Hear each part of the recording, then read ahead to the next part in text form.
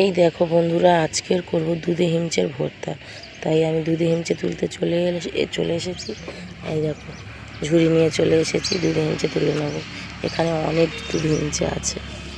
এই যে এটা পুরো ভর্তি দুধে হিমচে। এই যে, তাই দেখতে থাকো। দুধে হিমচের ভর্তা করব আর মোচার ভর্তা করব। এখন দুধে হিমচেটা আমি তুলে নেব। দেখো বন্ধুরা, কি পরিমাণে শুধু দুধ হিমছে। এটা আমার বাগানের মধ্যেই হয়ে আছে। আমার বাগানে অনেক রকম শাক হয়ে আছে, তাই আমাদের শাক তুলতে কোথাও যেতেই হয় না। উফ বাবা, কার পাশে বসে বসে শাক তুলছি দেখো বন্ধুরা, এত সেন্ট বেরোচ্ছে, গাছ পুরো ভরে গিয়েছে। আর এখানে আমি শাক তুলছি, এত সেন্ট আসছে, তোমাদেরকে একটু না দেখিয়ে পারলাম না। গাছ পুরো ভর্তি হয়ে গিয়েছে।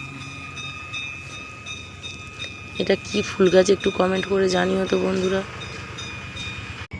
দেখো, ফাইনালি আমার শাক তোলা কমপ্লিট। এক ঝুড়ি শাক তুলে নিয়েছি, এবার তুলবো মোচা। এই যে মোচাটাই পেরে নেব।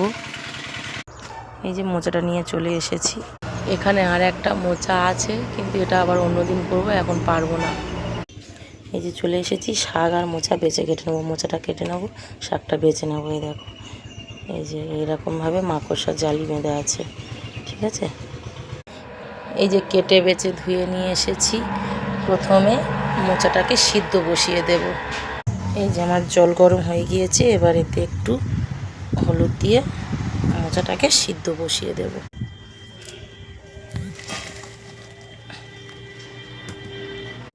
শাকটা ভর্তা করার জন্য প্রথমে শুকনো কড়াতে আমি রসুন আর শুকনো লঙ্কা ভেজে নিচ্ছি।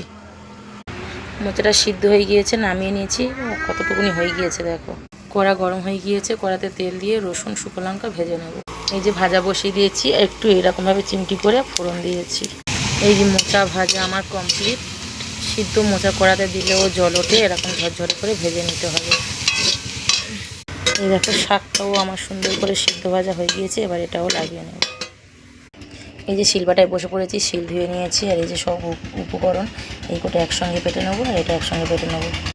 এই দেখো বন্ধুরা, আমার দুধে হিমচে ভর্তা আর মোচা ভর্তা পুরোপুরি রেডি। এবার আমি খেয়ে দেখাবো।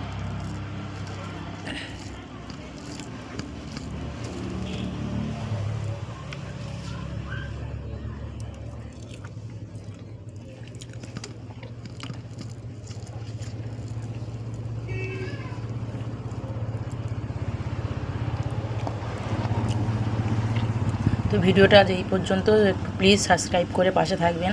টাটা।